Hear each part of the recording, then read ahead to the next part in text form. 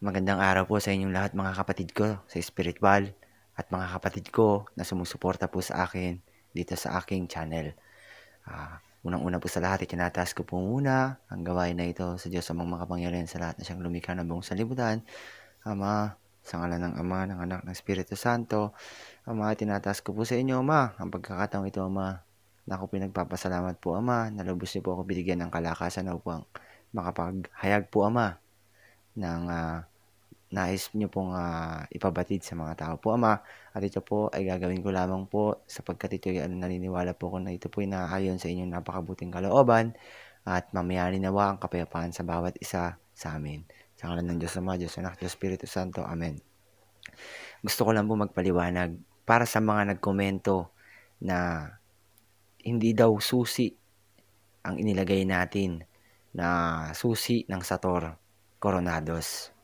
Halos mayroong nagmura, may tumawa, may nagmalaki na siya ay napakatalino. Ayan. Pero ganun pa man, ako'y nananatiling mapagkumbaba sapagkat dalawa lang naman ang meron sa taong ito. Sa taong ito. Either siya ay naiinggit or masama ang loob niya dahil kalaban siya ng Diyos at hindi dapat yun ay nahahayag sa tao. Maaaring yun ang kanyang motibo. So ito po mga kapatid, bakit ko po binanggit na ang susi po ay makababaang loob, pagpapakumbaba at paggawa ng kabutihan na naayon sa kalooban ng Diyos? Ito po ba ay hindi susi? O ang sinasabi niyo po bang susi ay mga salita upang makapagpagana ng orasyon? Kahit po walang susi, kung ang puso mo po ay punong-puno ng pag-ibig, ang gawain mo ay puro sa naaayon sa kalooban ng Diyos, lahat ng kahilingan na naayon sa kalooban ng Diyos ay hindi hinihindian ng Ama. So, bakit ko po nasabi na ang Sator, Arepo, Tenet, Opera Rotas, sa Ugnat, Adunadam, Tadaksak, Ugnat, Rehop, Rex Christum Deum, Indium Meum, Aba, Mabilim, Mabisa, Biste, ay isang susi ng Sator Coronados? Ito po, para po ito sa inyong mga kapatid na nagkomento. At para na rin po sa mga hindi nakapanood po ng mga video ko. So, sinabi ko pong susi yun sapagkat bilang pagrespeto sa Ama, bago mo banggitin ang 25 names of God o ang kabuuan ng Sator Coronados, ay may code po doon na panawag sa Sator. Pag sinabing panawag sa Sator, ibig sabihin, panawag sa Ama, hindi ba? Ngayon, pag panawag sa Sator, bilang pagrespeto, alam na natin na ang katawang ito ay templo ng Diyos at siya'y nananahan sa atin dito sa katawang ito na pinagkatiwala sa atin.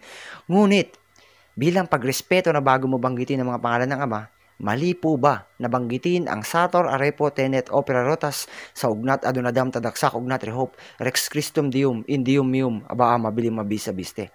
Ngayon, may nagsasabi po na surka or kadyak, marami po silang sinasabi, yes, I believe.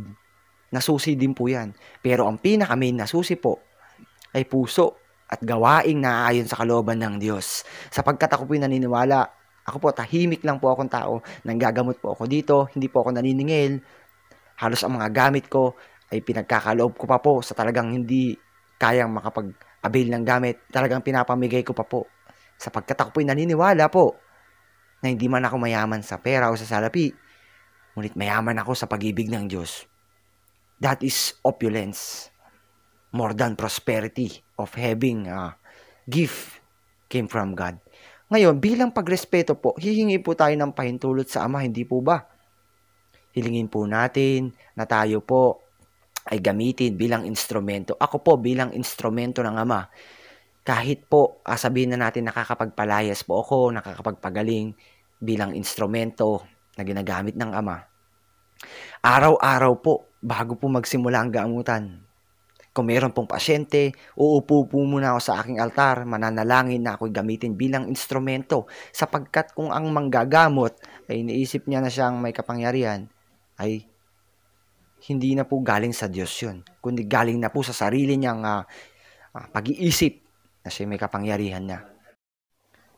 Kaya po ako mapapansin nyo mga kapatid, mapapansin nyo po ako, hindi po ako nagbabanggit ng kung ano man, kundi po ang Ama lang. Ang sineshare ko po sa inyo at wala na pong iba, sapagkat ang Sator, Arepo, Tenet, Opera Rotas ay ang Diyos na makapangyarihan sa lahat. Kung inyong iisipin po, Diyos na makapangyarihan sa lahat, may hihigit pa po ba? Makapangyarihan sa lahat na po. Ako po hindi nag-aral ng malalim na karunungan, pero sa pamamagitan ng pagdedebosyon. Hindi lang po panalangin debosyon, kundi debosyong paggawa po ng kabutihan, paggawa ng mga bagay na naayon sa kalooban ng Diyos at nananatiling matatag sa gitna ng daming umuusig sa iyo, ang daming paninira. Ako po, hindi po ako sumagot ng ano pa mang masama para sa kapwa ko, sapagkat naniniwala po ako na kung ang Diyos ay nasa kanila rin, makikilala ng Diyos o alam ng Diyos kung anong tao o anong pagkatao meron ng isang tao. Kung ang kapwa niya ay naalipusta, pinag-uusapan sa mga hindi magagandang bagay, nananatili po ako mapagkumbaba. Ito po, para po sa inyo ito mga kapatid. Sana po ay maliwanagan po kayo. Ang Pater Noster Alpha Omega po ay ang Diyos na makapangyarihan sa lahat. Dito po mabubuo ang salita o ang pangalan ng Ama na Sator Arepo Tenet Opera Rotas po, na ang kahulugan ay Our Father. At ako po'y naniniwala na ang susi ay ang Ama. Sa pamamagitan ng pagiging mabuting tao, paggawa ng kabutihan, at pananatiling mapagkumbaba sa gitna ng mga bagay na hindi naayon sa kalooban ng Diyos na pinaggagawa sa iyo ng mga tao, manatili tayo mapagkumbaba. Sapagkat ang Sator Arepo Tenet Opera Rotas po, uulitin ko po, ay ang Diyos na makapangyarihan sa lahat. Wala na po kayong dapat hanapin pa. Sapagkat kung nahihinaan pa po ang iba sa Sator Arepo Tenet Opera Rotas, ay hindi nila tinatanggap ang Diyos bilang Diyos na makapangyarihan sa lahat. Hindi po ba? Kaya po tayo manatili mapagkumbaba. Ang susi po ay ang paggawa po ng kabutihan. Although, tinawag ko pong susi ang Sator Arepo Tenet Opera Rotas sa ugnat adunadam tadaksak ugnat rehop Rex Christum Deum Indium Meum Aba Mabilim Abis Abiste bilang isang sign po o senyales na pagrespeto ko sa mga banal na pangalan ng Ama na ating Diyos na makapangyarihan sa lahat. At manatili po tayo rito. Naway banggitin nyo po ito bago po nyo banggitin ito, mag-intentional prayer po muna kayo, manalangin, humingi ng pahintulot na kayo ay gamitin bilang instrumento po na makapaggamot, makapagpalayas ng masamang espiritu, at bilang pagrespeto po, isa rin po itong susi. Sabihin na natin pagrespeto sa Ama.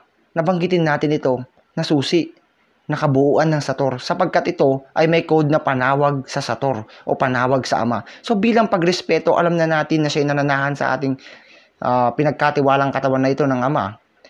Banggitin pa rin natin bilang pagrespeto po, at hindi po ito naiintindihan ng mga nag-aral ng lihim na karunungan na sobrang daming kaalaman, sapagkat puro kaalaman na lang ang inilalaban nila kontra sa mga taong naglilingkod sa Diyos ng buong pananampalataya. Kaya po mga kapatid, ina-advise ko po na ang susi po bilang pagrespeto sa Ama, gumawa po tayo ng mga bagay na naayon sa Kanya napakabuting kalooban. Ako po, nanggaling na rin po ako sa mga hindi magandang karanasan. Naging loko-loko rin po ako. Pero ngayon, I'm proud to say na lingkod kapamahalaan ng gobyerno bilang sangguniang kabataan chairman at lingkod kapamahalaan ng Amang Diyos na makapangyarihan sa lahat bilang instrumento ng Ama. Ako po dito, gamutan, libre po maghapon. Hindi po ako naniningil. Kapag wala pong pambili yung pasyente, kung may sobra po akong gamit, binibigay ko po. Tsaka po mga kapatid, alam niyo po kung ano po ang tunay na susi. Ito po, puso. Puso po, na punong-puno po ng pag-ibig at paghihinahon. At paggawa po ng mga bagay na naayon sa kalooban ng Diyos. Ako po hindi nag-impok ng kaalaman papunta sa aking isip. Nag-impok po ako ng mga gawain. Nag-ipon po ako ng kayamanan na gawain. Hindi po kayamanang salapi, kundi kayamanang gawain. Pang mumiwalay man ang espiritong ito sa katawang ito na pinagkatiwala sa akin, ay matanggap ako ng Ama. Alam niyo po mga kapatid, maraming umusig sa akin. Maraming nagsabi, mga peke, mga gamit ko. Mga peke, pero hindi po ako nagsalita. Nakita ko po, pero hindi po ako nagsalita. Peke ang libon. Tinawanan pa nga po ang mga kuryente. Nag-jacksacks. Tinatawanan po. Mga banal po yun. Nag-jacksacks. Pero ganun pa man, hindi natin masisisi ang isang tao kung ganun na talaga ang kanyang attitude. Pero po, ito po, sa araw na ito, iniiwan ko po sa inyo, ang Sator Arepo Tenet Opera Rotas sa ugnat adunadam tadaksak ugnat rehop Rex Christum Deum Indium Meum Aba Mabilim Abisabiste ay panawag sa Sator. Bilang panawag sa Sator, hindi ba ito susi? Susi upang makipag-ugnayan sa Diyos ng mas malalim pa na hindi kaalaman, kundi makipag-ugnayan sa pamamagitan ng puso. Banggitin natin bilang pagrespeto bago banggitin ang mga banal na pangalan ng Ama na nakapaloob sa Sator Coronados. Kaya po mga kapatid, manatili po tayo, sabi po ng Ama, kung paano tayo magdasal, hindi ba't ganito? Ama namin, sumasalangit ka, sambahin ang ngalan mo. Sambahin po natin ang ngalan ng Ama. At kung may mali na sambahin ang ngalan ng Ama, i-delete ko po ang lahat ng video ko. All of my videos po. I-delete ko po lahat yan. Kung mali po, nasambahin ang ngalan ng Ama. Pero ako po, wala pong sino man na makakapagpatumba sa batong ito na itinayo ng Ama bilang instrumento. Naniniwala po akong salita ay nakakamatay sa damdamin ng tao, nakakapagpalo moral. Pero ako po, physically fit and mentally fit, spiritually fitted po. Kaya masayang-masaya po ako mga kapatid sa bawat upload ko, may nai-share po ako sa inyo. Alam nyo mga kapatid, hindi po ako nag-aral ng San Benito, nag-aral ng kono ng santo. Kundi pinalalim ang pakikipag-ugnayan ko po sa Diyos na makapangyarihan sa lahat. Kasi po naniniwala po ako na kung ang pakikipag-ugnayan mo sa Diyos ay solido, walang karapat-dapat sa harap ng Ama na tao. Walang karapat-dapat sapagkat tayo lahat makasalanan. Ako po inaamin ko yung makasalanan. Naging loko-loko rin po ako. Pero sa kabila nun, nagbalik loob po ako sa Diyos. At ako po'y tinanggap at ginamit bilang instrumento. Kaya po hindi pa huli ang lahat. Hindi pa po huli ang lahat. Kaya po, iiwan ko po sa inyo ang katagang ito na susi ng Sator Arepotenet Opera Rotas po ay ang susi. Hindi po susi na sinususi. Susi sa pakikipag-ugnayan sa Diyos. Mapalalim ang pakikipag-ugnayan natin sa Diyos. At mapalalim ang pakikipag-ugnayan natin sa mga tao sa pamamagitan ng paggawa sa kanila ng kabutihan.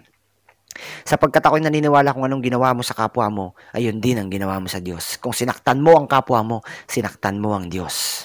'Di ba? Boomerang lang po yan. Kung anong ginawa mo, babalik din sa'yo. Kaya manatili tayong maging mabuting tao sa lahat ng oras. Usigin man tayo sa mga panahong malaki ang problema, nandiyan ang Diyos. Hindi na tayo pababayaan mga kapatid. Kaya po, ang kailangan nyo lang po, tunay na gamit po.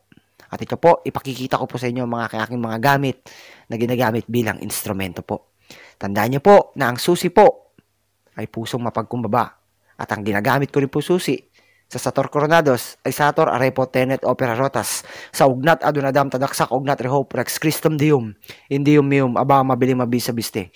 Binabanggit ko po yan bilang pagrespeto. Assign po ng pagrespeto ko po sa Ama. Isanyalis ng pagrespeto ko sa Ama at inihiling ko na mabanggit ang kanyang mga banal na pangalan bilang instrumento. Sapagkat kung inyong makikita po sa Sator Coronados, kung meron na po kayong kopya, nakalagay po sa code na yun, panawag sa Sator. Kaya po isa po yung sign ng susi. Pero kung susi na kaalaman ng hinahanap mo para makapagpagana ng mga orasyon, hindi mo kailangan maging matalino. Kailangan mo lang mapagkumbaba ka, mabuti kang tao sa kapwa mo, punong-puno ka ng pag-ibig kapatid. Tinitiyak ko kapatid na kapag napanood mo ang video na to, ay magkakaroon ka o mabibigyan ka na ng inspirasyon para makapaggamot din bilang instrumento ng Amang Diyos na makapangyarihan sa lahat. Huwag na po tayo maghanap po ng mas malalalim pa sapagkat kung ating i-analyze po, Diyos na makapangyarihan sa lahat. Wala na pong hihigit pa mga kapatid. Yan, mahal na mahal ko po kayong lahat mga kapatid. At bawat video na ina-upload ko, gusto ko pong kumonekta po ako sa inyo. Maraming salamat po sa mga nagtitiwala po mga kapatid. Tandaan po, iiwan ko na po ang kataga na ang susi po ay ang pagiging mabuting tao sa kapwa-tao. Kaya po yan ang iiwan ko po sa inyo mga kapatid. Mahal na mahal ko po kayo. Saan man kayo, mga kaibigan natin sa ibang bansa, sa Bahrain, Amerika, sa Canada po, lalo na sa Canada. Yan. Sa Bahrain, may kaibigan din po tayo dyan. Yan, sa Dubai. Maraming salamat po sa inyong patuloy na pagsuporta. Lalo na po dito sa Pilipinas po. Maraming salamat po sa inyo. Mahal na mahal ko po kayo. Iiwan ko po sa inyo ang hindi pinakamalalim na kaalaman, kundi pinakamalalim na pakikipag-ugnayan sa Diyos. Sa pamamagitan po ng paghayag ko na ito, nahihiyag ko po ang mga bagay na ito na ako po'y naniniwala na ito po ay naaayon sa kalooban ng Diyos na makapangyarihan sa lahat. Usigin man ako, magkomento man na magkomento. Ngayon alam nyo na ang susi po. Ang susi po ay hindi nasa utak, kundi nasa puso ng tao. Bakit pa po tayo naghahanap ng susi ng susi? Kung ang susi naman ay ang Ama. Hindi po ba? Ang Ama po ang susi. Diba? Kaya po yan. Binabanggit po natin sa Sator Coronados ang panawag sa Sator bilang susi ng pagrespeto o proseso ng pagrespeto sa Diyos. At wala pong mali doon. Tawa naman tayo kasi hindi daw yun ang susi. Yun po ang susi mga kapatid. Paniwalaan niyo po ako. Susi po yun. Sapagkat ako'y naniniwala na kapag ginawa mong inspirasyon ng video na to, tandaan mo kapatid, may magagamit ka na, hindi mo kailangan magdebosyon ng napakatagal. Gumawa ka lang ng gumawa ng kabutihan, maglinis ka lang sa pamamagitan ng paggawa ng kabutihan. Tinitiyak ko kapatid, kalulugdan ka ng Ama, ng Diyos na makapangyarihan sa lahat. Kakasiyahan ka niya at kakatigan ka niya. Mahal na mahal ko po kayo. Narito po ang aking mga gamit, spiritual. Ito po ang aking mga gamit spiritual. Kinakailangan lang po natin ng tunay na gamit bilang instrumento po na tayo makapagpalayas kapag tayo binigyan ng karunungan ng Ama upang gumamit ng iba't ibang materyales na instrumento habang tayo nandito sa lupa. Kaya po, mapalad po ang naniniwala sa kapangyarihan ng Diyos Ama at kayo'y palalayain sa mga sakit na gawa ni Satanas na Diablo. Yan din po ay ino-offer natin na proteksyon, panangga, bilang instrumento po. Maraming salamat po. Narito po ang aking mga gamit. Maraming salamat po. Pagpalain nawa po kayo.